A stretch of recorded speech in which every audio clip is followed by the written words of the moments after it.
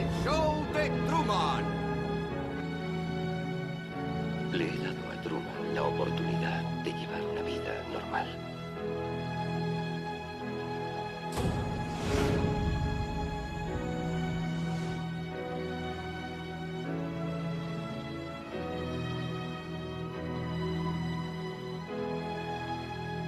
¿Cómo terminará esto? Eso mismo me preguntaba yo. Alejandro, muy buenas tardes. Buenas tardes. Iván, muy buenas tardes. Buenas tardes. Y hoy nos acompaña un invitado especial. Se trata del profesor y doctor en filosofía, José Arturo de Lorenzo Cáceres. Muy buenas tardes. Hola, buenas tardes. Y un placer que estés aquí con nosotros, un cinéfilo también, un apasionado del cine. ¿Cómo te consideras cómo es tu relación con el cine? Intensa. Lo que pasa es que no tan frecuente últimamente como me gustaría, porque, bueno, por las circunstancias he dejado de ir al cine y veo o bien en vídeo o bien en televisión. Pero realmente a mí lo que me ha gustado desde pequeño siempre es la pantalla grande y mis películas preferidas, pues algunas las habré visto hasta 18 veces, cosa que bueno, a la gente le parece una locura, pero que bueno, siempre son detalles que se te escapan y que al verlo pues le ves matices nuevos, ves formas de interpretación nuevas o por lo menos que complementan aquello que viste, ¿no? Quizás por deformación profesional, yo sin saberlo desde pequeño, puesto que luego me he dedicado a la filosofía, la película es un texto que primero tiene que tener un guión hecho, luego un storyboard y luego toda una edición para dar un producto completo. Claro, quien ve una película solo una vez es como quien se lee algo importante demasiado rápido. Entonces, se pierden muchísimos detalles. Por ejemplo, desde movimientos de cámara hasta palabras clave en determinados momentos, hasta iluminación, etcétera, etcétera, etcétera. O sea que la película no es un producto que uno tenga que ver una sola vez. Máxime si es una película filosóficamente mordiente, importante, ¿no? Sino verla una y otra vez para sacarle todo el jugo que pueda, si quiere. Y con la tesis doctoral de Antología Personal de Lenin Tralgo en su primera época, yo creo que nuestro invitado hoy va a dar bastante jugo, sobre todo por ser una película que, aparte de que ya la hemos tratado aquí, yo creo que también de las que hemos puesto en nuestro canal de Sesión Continua en YouTube, antes, no sé si ya sobrepasó algunas entrevistas de José Luis García, pero yo creo que la última vez que yo lo vi tenía 2000 y pico reproducciones, que yo creo que ha sido el programa, por lo menos en el canal de YouTube, el más escuchado, el más reproducido. Y siempre es una película que sigue interesando y que sigue descubriendo, y sobre todo porque no pierde absolutamente nada de actualidad. Es lo mejor, como digo, que ha hecho este director. Y también fue una película con 3 nominaciones al Oscar, el mejor director, al mejor secundario y guión. Yo creo que aquí tendría que haber estado nominado Jim Carrey, porque yo creo que es un actor que para muchas veces hace un poco antipático de ver en pantalla, sobre todo porque lo han encasillado tanto en personajes tan insulsos, pero yo creo que aquí su mejor papel, aparte de que esta película se puede considerar una obra maestra, se puede considerar un clásico atemporal. ¿Qué les pareció el show de Truman? Bueno, yo creo que obra maestra no, está quizás un escalón por debajo, pero lo que tiene muy buenas actuaciones, tiene casi todo rosa el notable, pero lo que es de sobresaliente es ese guión que lo tenemos casi en 3 etapas, ¿no? En 3 etapas no, en 3 niveles. Un nivel que es de una agilidad casi hipnótica cuando la ves, que alguien que no sepa filosofía, que no le interesa la filosofía, puede ver esta película y entretenerse, incluso encantarle. Después tiene una parte que es un poco menor, pero que a mucha gente se le escapa, que es la de casi sociología, con que estamos haciendo con la tele, ¿no? Que casi vemos más programas de reality show con gente que levantan al país durante 3-4 meses y a las 2 semanas de haber terminado nadie se acuerda de ellos. Y lo que a mí más me gusta, que es la filosófica, que empata con Platón, con Descartes, y que da una sensación de película hiper profunda, a pesar de ser una comedia dramática, y te lo hace casi sin querer, ¿no? No te das cuenta de lo que estás viendo. Recuerdo que cuando hicimos el programa la primera vez, empezamos a hablar de la película y sin querer dimos el salto a la filosofía, ¿no? Esa es la grandeza del show de Truman. Y a la teología también. ¿Cierto? Sí, a mí también me parece una gran película en este sentido, ¿no? Una película en la que te da no solamente que pensar lo que le pasa al personaje, sino que te da pensar lo que a ti te pasa, ¿no? Cómo es tu relación con el mundo, cómo es tu relación con la realidad. y te metes en el sentido de que tú te das cuenta que tu vida o tu proceso vital es también una continua deconstrucción de la realidad que conoces y que otros te han presentado, y una deconstrucción de tu propio yo, ¿no? Porque si tu yo depende de la realidad, pues cuando cae la realidad cae tu propio yo, ¿no? Es una identidad que se está continuamente reconstruyendo, ¿no? Que es lo que le pasa a este hombre cuando llega al final, ¿no? A Truman. Y bueno, mucho más allá de ser... Es una película que va mucho más allá de una crítica a los reality de la televisión, ¿no? Y es mucho más que eso, ¿no? Hay que verla con unos ojos de observador, unos ojos filosóficos, ¿no? No, yo coincido plenamente que la película tiene varios niveles, efectivamente, desde el puro entretenimiento, mira qué mono, y mira Jim Carrey aprovechando lo de los éxitos de Carrey en La Máscara, y Jim Carrey explota esa faceta histriónica que tiene, y luego efectivamente el mensaje de fondo que el director y el guionista quieren dar, que es, oye, somos algo más de lo que parecemos. Coincido contigo también en cuando decías lo de estos programas de realidad Gran Hermano tipo, que efectivamente son capaces de levantar audiencias, de producir polémica artificial, evidentemente, puesto que todo está perfectamente milimetrado para tocar los registros emocionales del público. Y cómo la película de Truman nos muestra eso también en diversas escenas, ¿no? O sea, la forma en cómo van siguiendo de diferentes sitios la vida de Truman desde que nace hasta el momento presente, el bar donde se reúnen los camareros y donde todo el mundo se apuesta y todo aquello, las dos viejecitas con el cojincito, los chinos o japoneses, y aquellos dos guardacoches que están metidos en la garita, y están viendo la tele de tal manera que cuando está el desenlace final, un tío viene, no, oye, y el coche, entonces búscalo. Y lo curioso, la frase con la que acaba la película me llama muchísimo la atención porque es la moraleja de toda la película, y es la siguiente, lo tengo aquí apuntado. Uno le dice al otro, ¿qué ponen ahora? Dice, no sé, búscalo en la tele. Es decir, en este momento Truman se ha liberado, ya a mí no me importa la persona real, lo que me importaba era el personaje, y ahora mira, tengo ganas de seguir entretenido, pongo otra cosa, ya me olvidé de aquel. ¿Me explico? O sea, que realmente es una reflexión muy dura en esas pocas palabras que hace Peter Weir para ponernos a nosotros frente a un espejo y decir, mira chicos, ¿qué estáis haciendo de idiota? Es decir, os estáis creyendo un producto, y es que es más, seguís buscando tanto la sensación que lo único que hacéis en vuestra vida es buscar sensaciones. Es decir, lo que tú antes apuntabas de Descartes, es decir, el yo pienso es simplemente un espectáculo. ¿Me explico? Es decir, no existe un yo pienso para el productor televisivo. A lo que el productor televisivo le interesa es un público que siga fielmente las directrices de un determinado programa, que se enganche a ese determinado programa, porque los anunciantes son los que pagan ese programa. Y perdón, aquí hay que contextualizar, esta película del 93, y creo que no estaba muy lejos esa... No, 98. Del 98.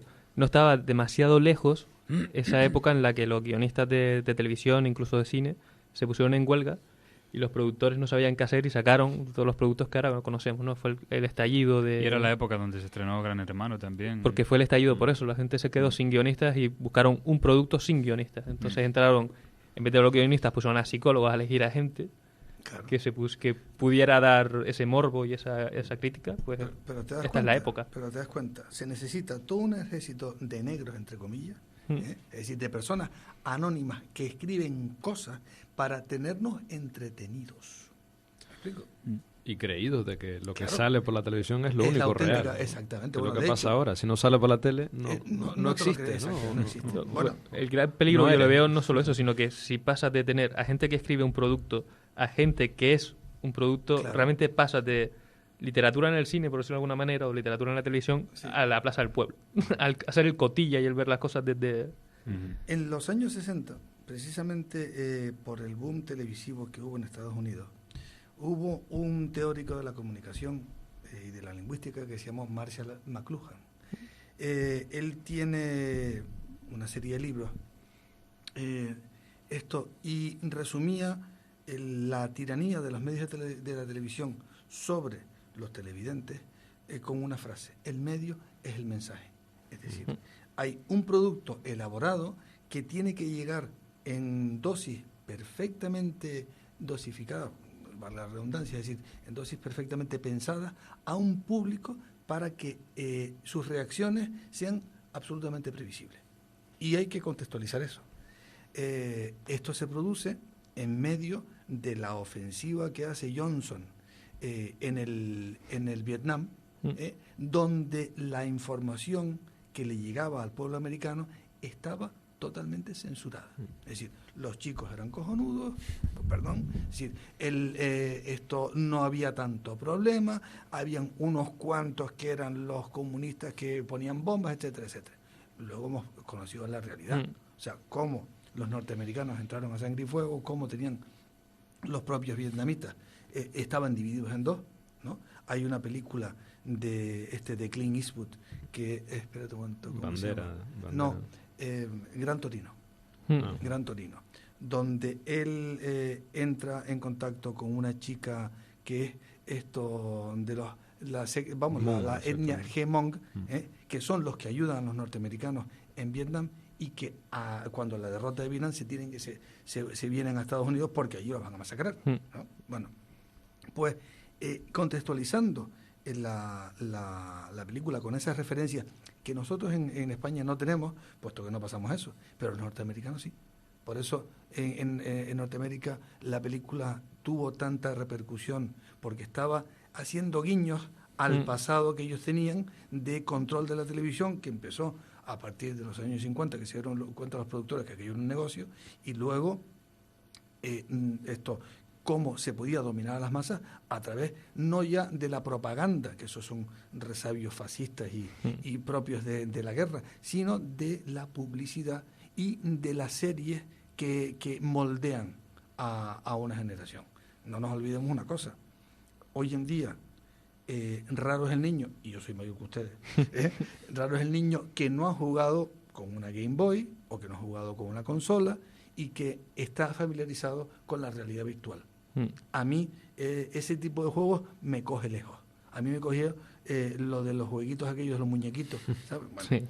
que era apretabas un botón y se movía, apretabas otro botón y se movía hacia el otro lado. A ustedes no, ustedes la realidad virtual es algo cotidiano, con lo cual el jugar a un juego, el que aparezcan un montón de vidas, que las gastes, vuelvas a empezar, etcétera, etcétera, es de lo más común.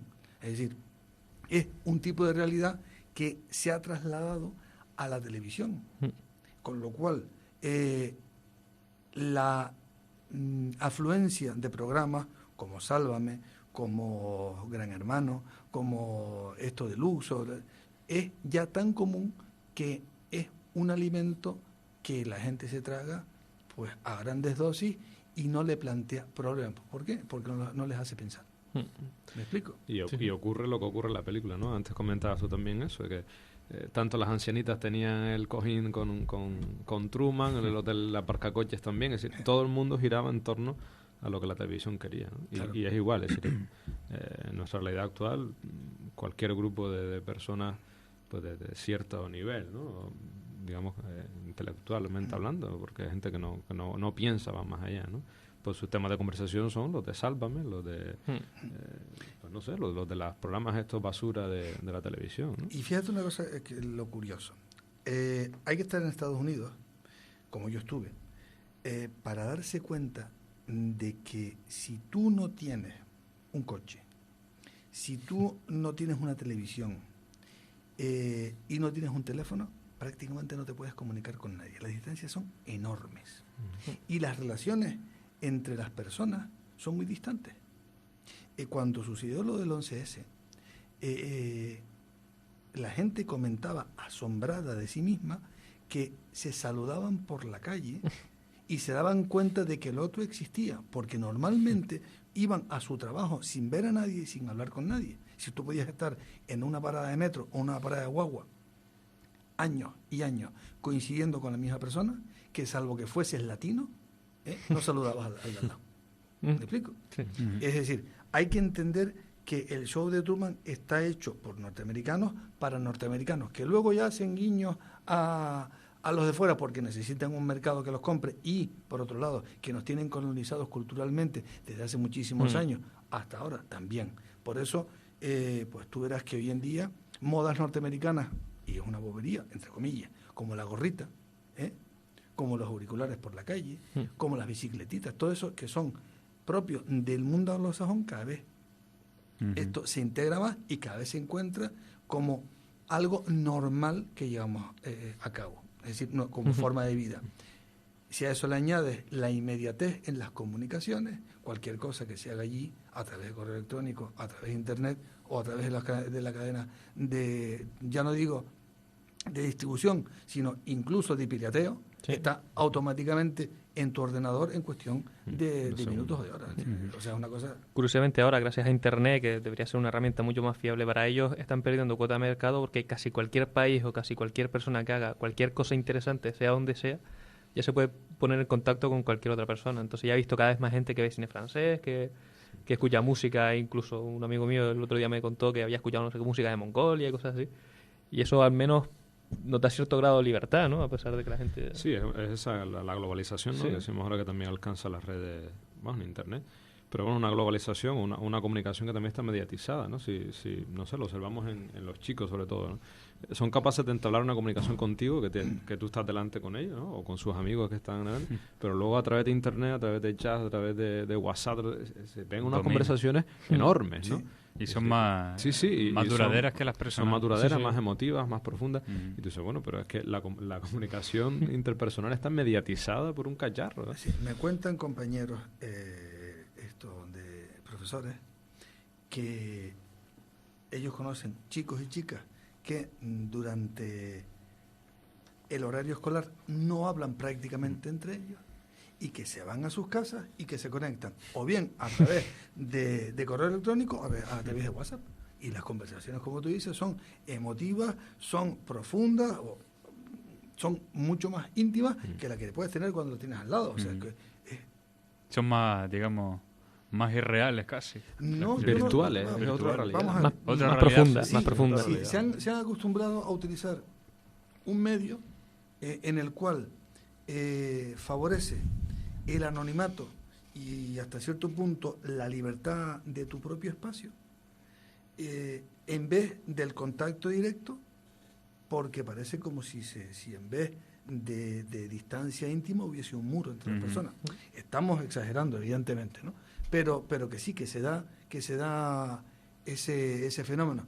Y los humoristas, que para eso tienen una chispa tremenda, le toman mucho el pelo a esas cuestiones. El otro día algún humorista estaba contando un chiste de la cuestión de las cervicales, ¿no? Esto, el aumento de pacientes en los traumatólogos con problemas de cervicales, porque todo el mundo iba mirando hacia abajo del techo, hacia el suelo y tecleando mensajitos a través de WhatsApp. Es decir, ya no vemos a la gente que va por la calle, no, ya simplemente lo que estamos viendo es una pantalla y caminando un poco a ciegas, ¿no?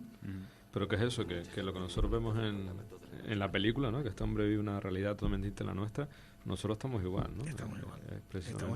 Por eso nos afecta. Y por eso nos toca la fibra sensible de decir, oye, ¿qué están haciendo con nosotros o qué estamos haciendo con nosotros mismos? Y a todo esto no hemos empezado ni a hablar de la película. Estás chiflado, ¿lo sabías? Bueno, para mí no existe diferencia entre la vida privada y la vida pública. Mi vida es el show de Truman, porque el show de Truman es un estilo de vida, es una vida digna, llena de bendiciones. Cuéntame algo que yo no sepa. Bien, prométeme una cosa. Si muero antes de llegar a la cima, utilizadme como alimento alternativo. ¡Qué guarrada! Es auténtico, todo es real. Aquí nada es falso. Nada de lo que ven en este programa es falso. Solo está controlado.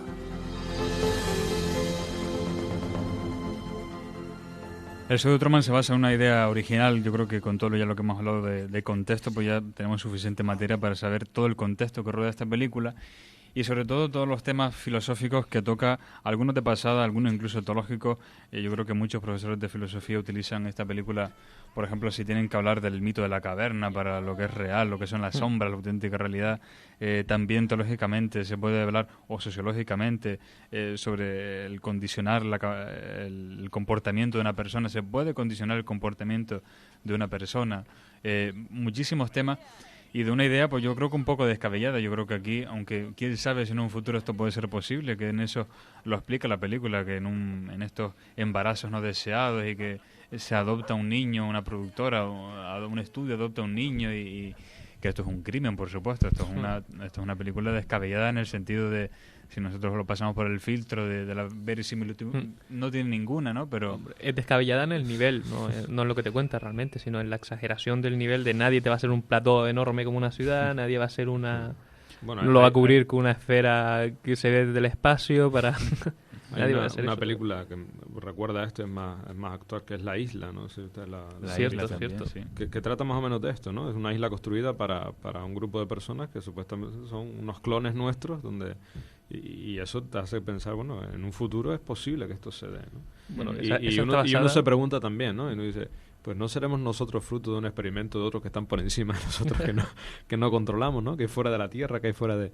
Y bueno, son muchas cosas que... por eso tenía sentido. Esto siempre se lo ha preguntado la ciencia ficción, ¿no? Les decíamos La Isla. Bueno, La Isla es el remake de La Fuga de Logan, que es del 70. Después nosotros hablamos aquí de Moon, la película de Duncan Jones, que también se hablaba de lo mismo, sobre cómo podemos saber quiénes somos realmente, qué parte de nuestros recuerdos están condicionados, qué parte de nuestro mundo no controlamos nosotros y es falso. Y esto se remonta prácticamente hasta la época de Platón, ¿no? Y pasando por un montón de gente, por Descartes incluso, ¿no? Yo diría, y perdón si a lo mejor exagero, ¿no? Porque esas preguntas, lógicamente, más de una vez se han planteado, más de una vez, muchísimas veces, a lo largo de mi carrera docente y de mi reflexión personal, que esto se remonta incluso al primer australopiteco que bajó del árbol y de repente se preguntó, ¿y esto qué es? Es decir, ustedes imagínense el despertar de una conciencia en un momento determinado. Remóntense en la perspectiva personal al recuerdo que cada uno tiene de sí mismo, el último recuerdo, el primero, que tiene cada uno de sí mismo frente al mundo, cuando éramos muy pequeñitos. Yo más o menos lo tengo localizado.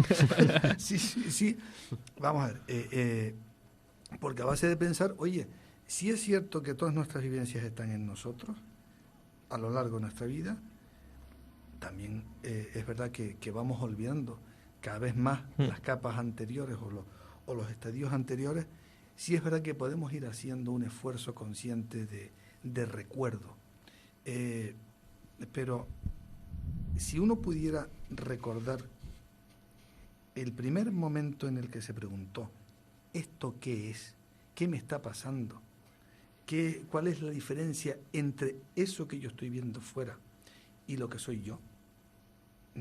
Podría empezar a comprender a esos filósofos que, como Platón, por ejemplo, o antes que él, el mismo Parménides, cuando habló del ser y del no ser y la distinción entre apariencia y realidad, se plantearon.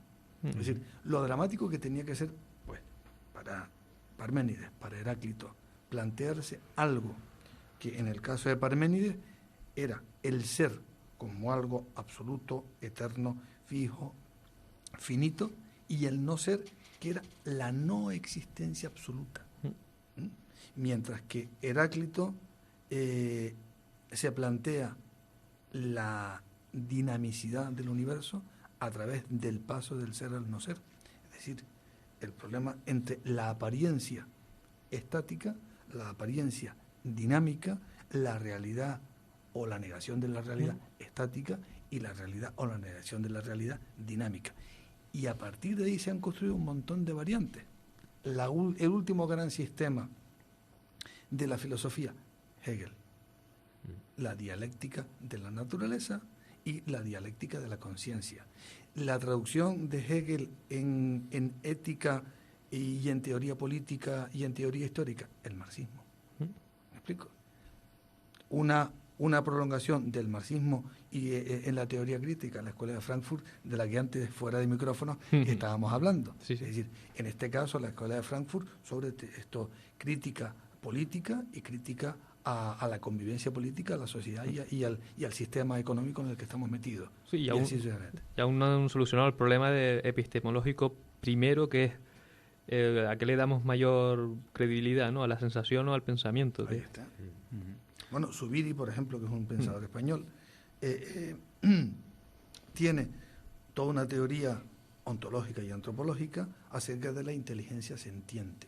Es decir, que somos al mismo tiempo inteligencia pensante, sentimiento afectante y voluntad tendente. Es decir, las tres cosas al mismo tiempo.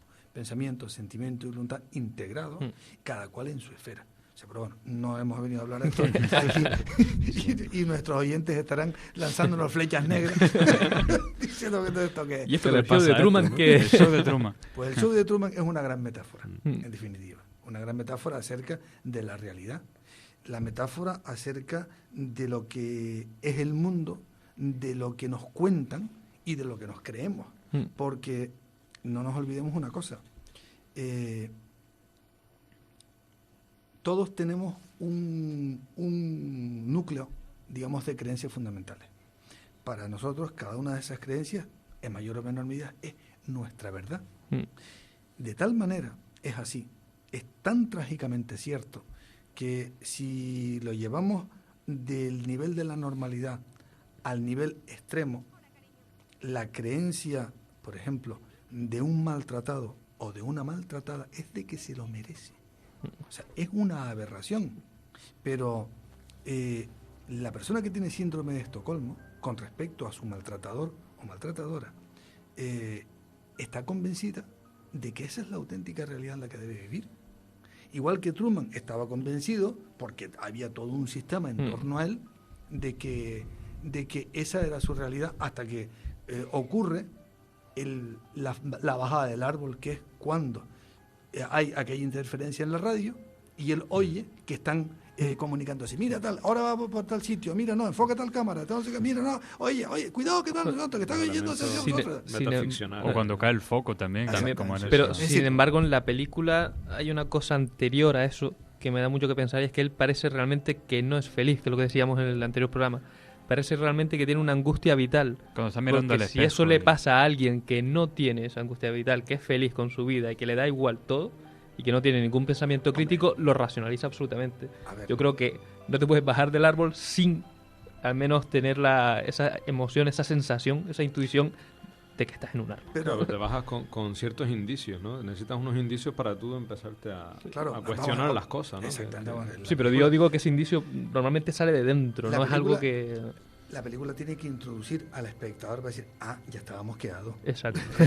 El primer mosqueo, la caída del foco. El segundo mosqueo, y grande, es la radio. Sí. Y el tercer mosqueo, ¿cómo es que los gemelos siempre lo paran en el mismo sitio y están mirando una cámara? Y que cuando el tío mira para atrás, dice, ¿qué están mirando estos dos?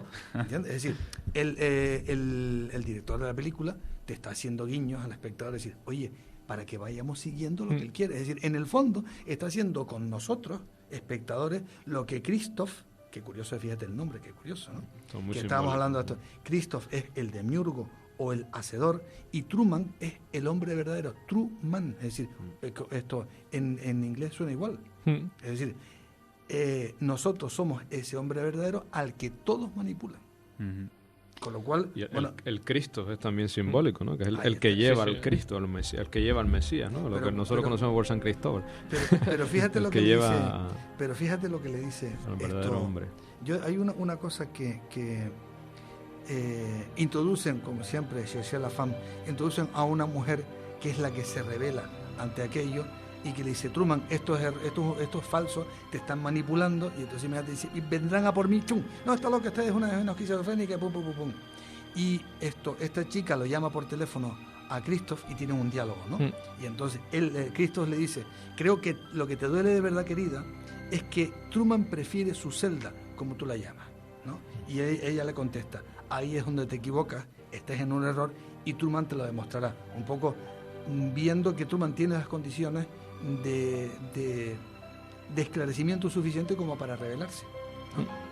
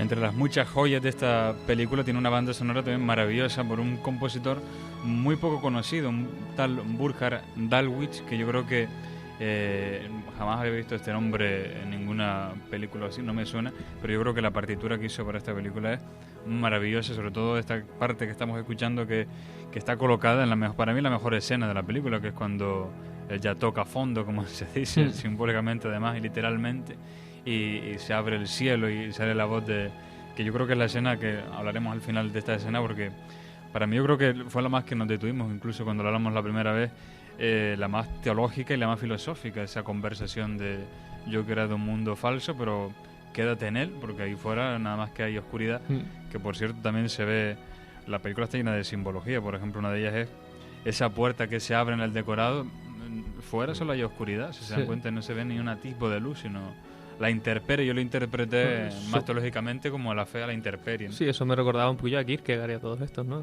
El salto al vacío. De todas formas, quizás no tenga mucho que ver, pero esta parte me recuerda a cuando el replicante va a ver a su creador y se queda tan decepcionado que lo tiene que matar con odio, ¿no? Aquí al menos Truman pudo conversar con el demiurgo y entender las razones, ¿no? Que es algo que el otro personaje, que también se trata más o menos lo mismo, no pudo hacer. Aquí por lo menos se entendió también el plano de este diálogo con el demiurgo, con Cristo, que también es un nombre muy simbólico que no sé yo si está puesto con intencionalidad, habría que ver. Claro. Yo creo que la película tiene mucho de intencionalidad en casi cada parte. Saldría mal parada porque sería el estar representando la falsedad, ¿no?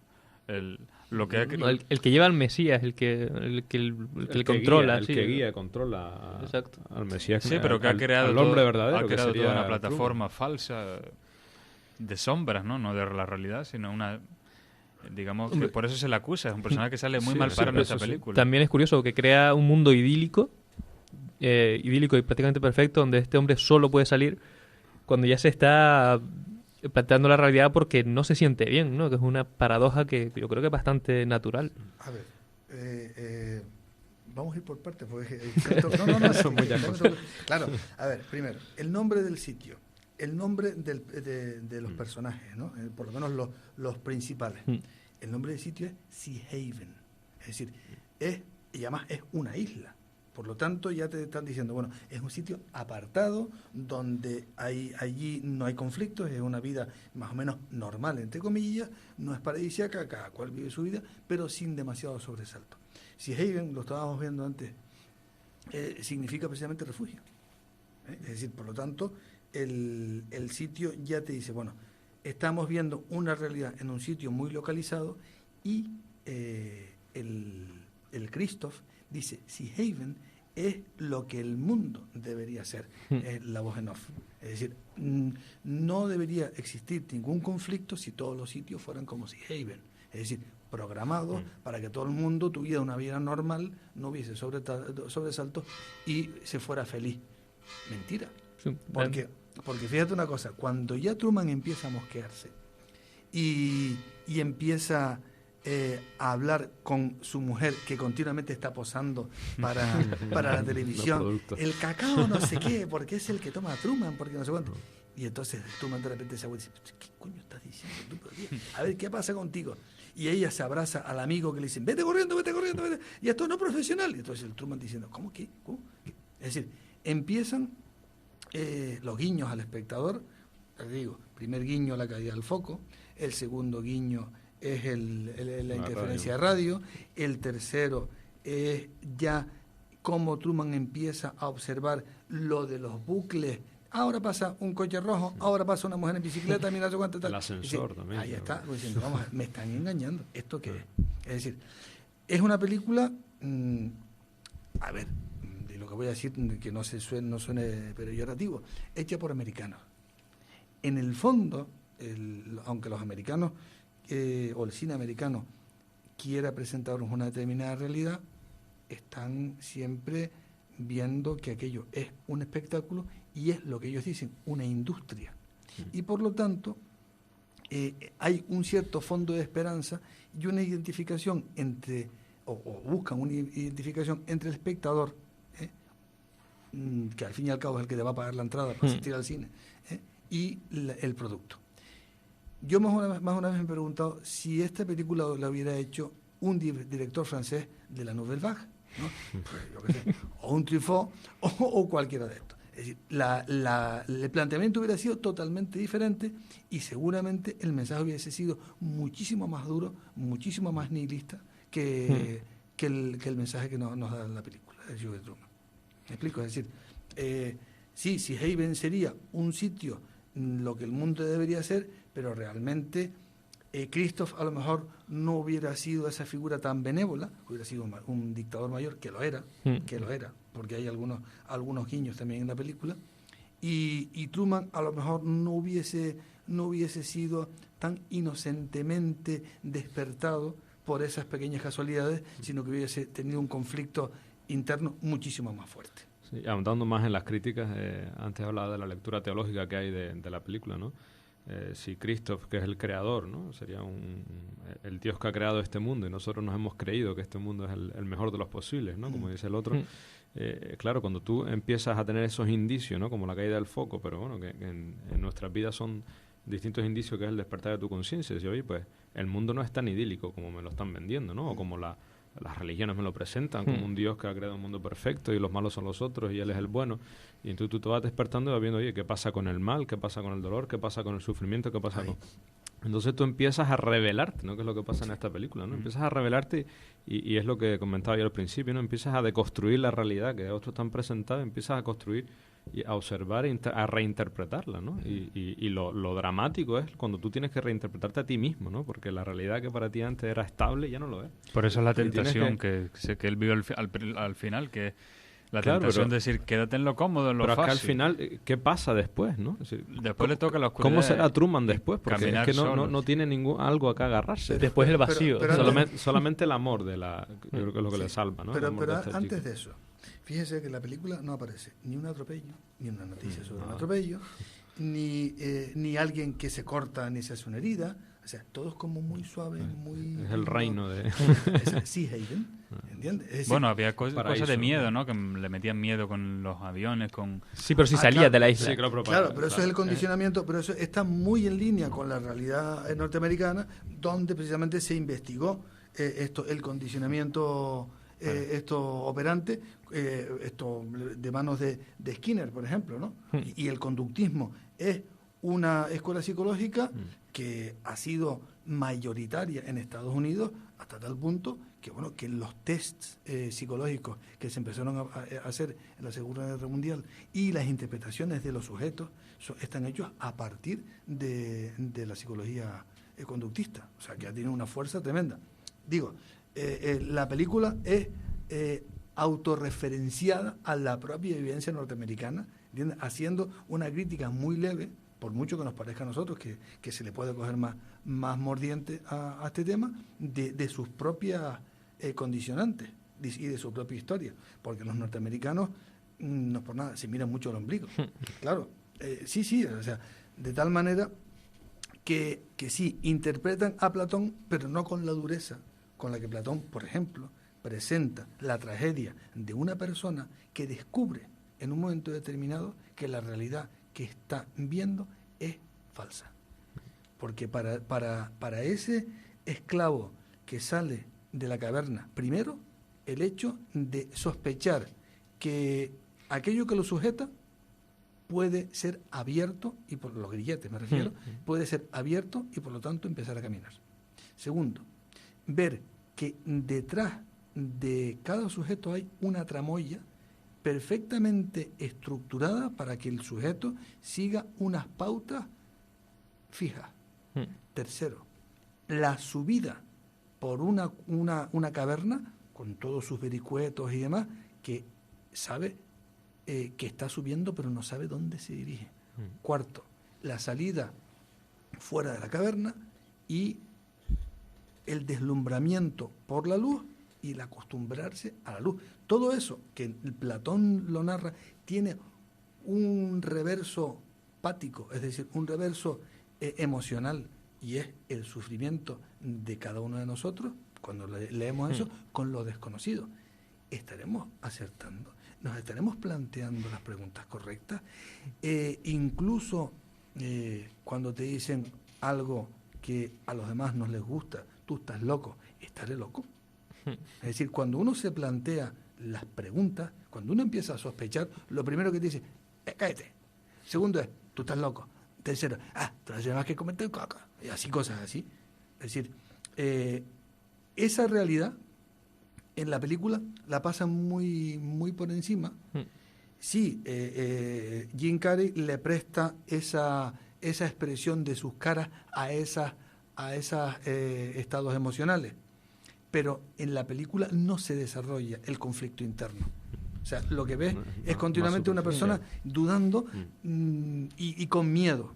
Claro, te dicen, no, es que como tenía miedo cuando pequeñito por el mar, ya no se atreve a cruzarlo y por lo tanto es una frontera. Bueno, pues a lo mejor ese miedo es todo lo que te dice, niño, cállate, no hagas preguntas, niño, esto es una locura lo que te estás planteando, que tú no haces nada más que comerte el coco, no pienses eso que piensas mal, etcétera, etcétera, etcétera. Que estoy... Truman, puedes hablar. Te escucho.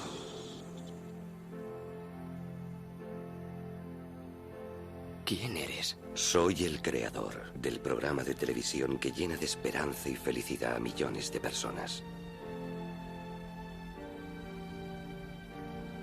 ¿Y quién soy yo? El protagonista.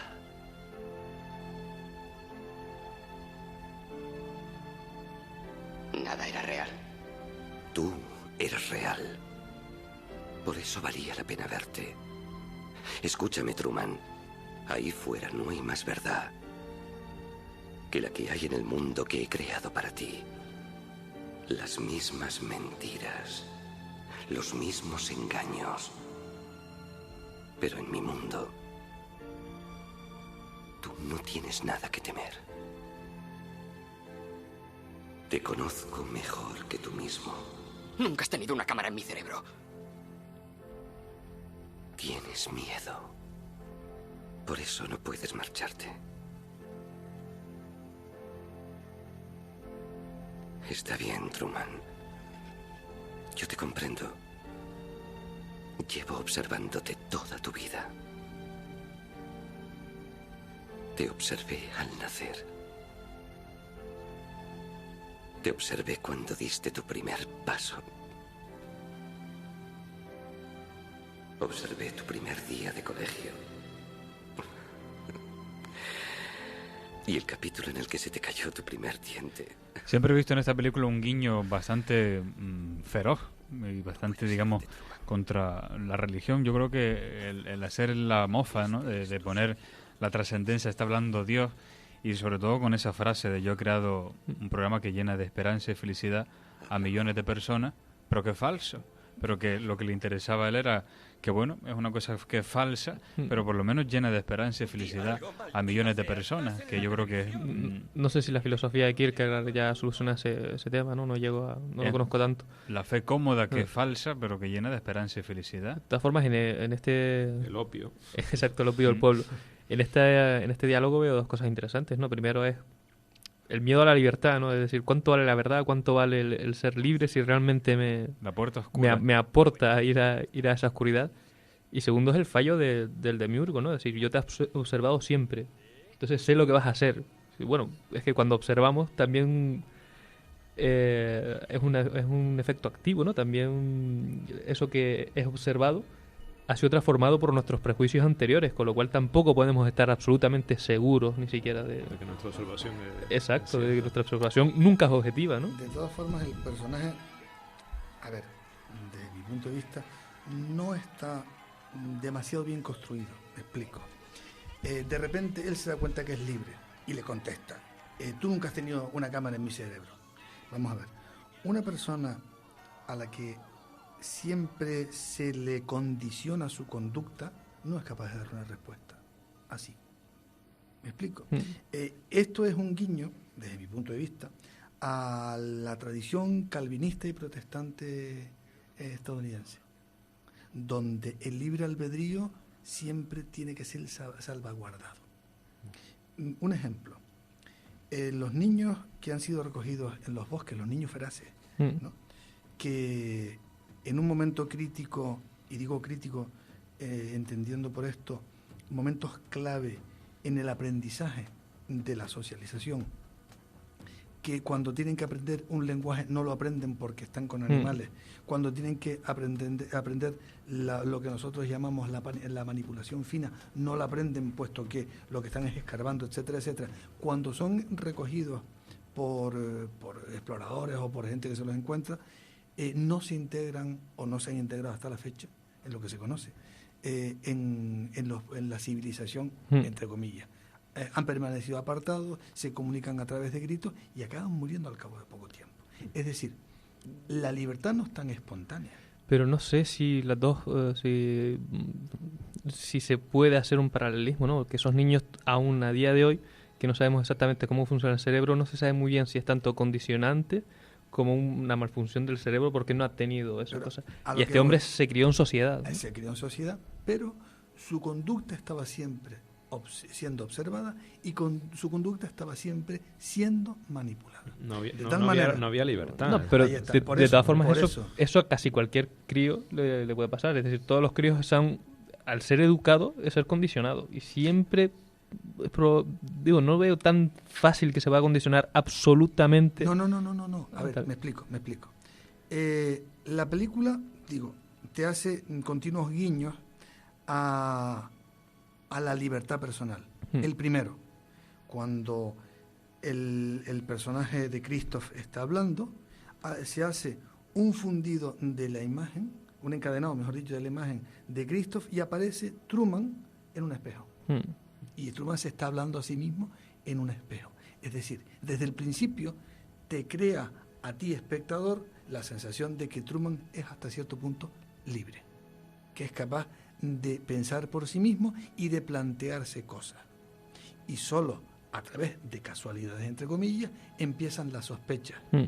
Pero claro, te da una libertad un poco light, si se me quiere perdonar esa expresión, y al mismo tiempo una angustia light, cuando en la realidad cotidiana nuestra las cosas no son así. Es decir, ahí una te duda está tan radical. Pero ahí te está diciendo, señores, esto es una película y esto es un divertimento que plantea en clave de representación un problema muchísimo más duro. Por eso yo me estaba planteando antes, ¿y si esta película la hubiese hecho un francés, Jean-Luc Godard o Berman? O sea, el conflicto hubiese sido mucho más radical, mucho más drástico, y la pregunta hubiera sido mucho más fuerte y mucho más angustiosa. ¿Me explico lo que quiero decir? Es decir, está hecho para un determinado tipo de público, está hecho para un determinado tipo de sociedad. Fíjate, tú antes le pusiste fecha, 1998. ¿El séptimo sello de qué año es? porque yo no recuerdo ahora mismo, creo que son los años 60. Sí, por ahí. ¿Entiendes? El séptimo sello es el enfrentamiento de la muerte y del caballero en una partida de ajedrez. Que luego Woody Allen, por cierto, aunque que hoy no nos va a dar tiempo a hablar de Woody Allen, No. Woody Allen, por cierto, en un librito que se llama Cuentos sin plumas, parafrasea y se burla de la muerte. Y luego creo que también lo lleva a una película. Hay una parte de una película donde hace Sí, creo que sale de su muerte, primera etapa. Efectivamente, la muerte al final acaba muriendo porque se pega un traspié y no sé cuánto. Sí. O sea, pero realmente está hecho para un determinado tipo de público con unos condicionantes históricos y tecnológicos determinados. Es decir, está hecho para nosotros que podemos entender hasta cierto punto los guiños al pasado, los guiños a la sociedad americana, los guiños a cómo esa sociedad americana ha salido de la posguerra y ha construido un mundo de bienestar social, económico, político, etcétera, etcétera, etcétera, que se permite el lujo de tener a un chico en un experimento retransmitido para todo el mundo. Pero mi pregunta es si con esa angustia vital, que eso nadie lo puede condicionar realmente hasta cierto punto, creo que él sí tiene esa libertad. Creo que no puede... hay tipos de personas a los que sí le puedes arrebatar todo, y se ha visto históricamente muchas veces, incluso en campos de concentración o cualquier cosa, que hay gente que se amolda y que le pueden arrebatar incluso la dignidad y el ser humano, y hay gente que escapa. Y yo creo que el conductismo, esos condicionantes siempre tienen un alto porcentaje de librepensadores y de gente que se sale del tiesto. Por eso sí creo, le doy credibilidad a Truman diciendo Te lo eso. agradezco. Voy a poner dos ejemplos contrapuestos. Uno, de un poeta nuestro, Antonio Machado, donde habla precisamente de, fíjate tú, en el Juan de Mairena, habla en un poema que te voy a decir ahora, del síndrome de Estocolmo, entonces no se conocía. Y el otro, de un psicólogo llamado Viktor Frankl, que estuvo en un campo de concentración y que logró, pero también porque Viktor Frankl tenía una preparación previa, logró a través de una técnica que llama la logoterapia sobrevivir psicológicamente a aquel bombardeo constante de la dignidad humana, haciéndote sentir mierda. Y perdón por la expresión. Sí, bueno, pues, completa. El poema de Antonio Machado dice lo siguiente: todo está en acostumbrarse. Cariño le coge el preso a las rejas de la cárcel. Si no está hablando del síndrome de Estocolmo, ¿entiendes? Es decir, eso es lo que le dice Christoph a Truman. No, si aquí tú estás muy bien, pero ¿dónde mejor que aquí? Claro. Estás acostumbrado, te tenemos absolutamente mimado, aunque te tengamos totalmente controlado, ¿no? Y por otro lado, el papel que efectivamente de aquellas personas que aun a pesar de todo intento de pisoteo, físico o psicológico, tienen una independencia interior que le dice, no, este no es el camino correcto, esto no es lo que yo quiero. Esos son, pues, los filósofos, algunos, no todos, porque hay filósofos orgánicos que se amoldan a la realidad, son, pues, los bien entendidos líderes políticos que son capaces de darse cuenta de que la situación no es lo que tiene que ser. Son los líderes éticos o los líderes religiosos. Es decir, que son los que son capaces de formular una pregunta que está siendo compartida por todos de manera inconsciente, pero que son capaces de verbalizarle y decir, no, esto es así como tenemos que plantear la situación. Luego habrá derivaciones a partir de aquí, pero la pregunta fundamental es ¿por qué? Revolucionario. Pero claro, los revolucionarios artistas. Por eso yo me retrotraía antes a los recuerdos que cada uno tiene de sí mismo cuando es pequeño. ¿Cuál es nuestro primer recuerdo? El primer recuerdo que nos confronta con la realidad y decimos, ¿y esto qué es? Y la etapa del por qué también viene muy relacionado con evidentemente, esto. ¿Por qué esto y por qué lo otro? ¿Por qué? Y fíjate tú el primer cuestionamiento. Y fíjate tú que mucha gente, cuando los niños empiezan a preguntar por qué, en vez de darle respuestas correctas, concretas, adecuadas a su mentalidad o lo que tú quieras, pero darle respuesta y decir, niño, cállate. O esto es así. Esto es así. O esto es así. Sí, pero el niño, si es como tendría que ser, ¿y por qué esto es así? ¿Y por qué? Porque abúrrelo. O sea, pero contéstale, aunque incentiva sea... esa capacidad de cuestionamiento. A mí... pues aquí en la radio, y perdóneme, pero también tenemos un condicionante que es el tiempo. ¿Y por qué? Y con el por qué nos quedamos, ¿no? Y ya que no nos va a dar ni tiempo, ni tiene por aquí más preguntas, pero lo siento, pero ya no da tiempo. ¿Qué mensaje creen ustedes que al final dejaría esta película en el oyente? Si lo dicen en unos minutos, sí, si no, no. Un minuto para los tres, o sea que... Venga. ¿Cuál sería el mensaje final que querían transmitir esta película? Bueno, yo creo que es eso, el mensaje es estar atentos a los indicios que nos mantienen despierta la conciencia, ¿no? Y estar totalmente preguntándonos por la realidad y ver si esa realidad es correcta, ¿no? Nunca agotar esa capacidad de preguntarnos. Sí, el mensaje en el fondo, yo soy libre y me puedo enfrentar incluso a mis propios fantasmas o a los fantasmas que me quieran imponer. Un buen mensaje, y como ven, una película, ¿cómo puede dar para tanto realmente? ¿Cómo puede dar para tanto? No, yo es que no puedo decir nada que no hayan dicho ellos. La película va del miedo a la libertad y este hombre lo supera. No es mucho más. El cine y la filosofía son muy buenas migas y aquí hemos dado buena muestra de ello. Muchísimas gracias, don José Arturo. Muchísimas gracias Les a ustedes. reemplazaremos para futuras ocasiones. Encantadísimo. Y Alejandro, Iván, amigos oyentes, buen fin de semana. Hasta la próxima. Hasta otra. Hasta luego.